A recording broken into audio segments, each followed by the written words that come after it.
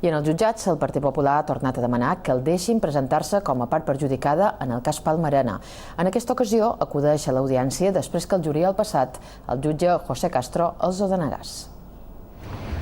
El PP considera que si els responsables del partit varen manejar doblers en negre en el període que s'investiga, s'ha de reconèixer que el partit és un perjudicat.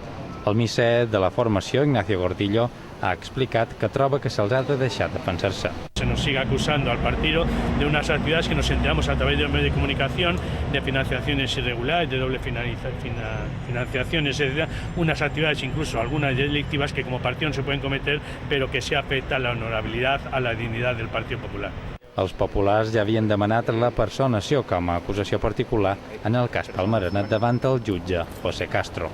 Castro va desestimar amb l'argument que no es complien els requisits legals. Ara, si l'audiència tampoc no els dona la raó, no descarten acudir al Constitucional.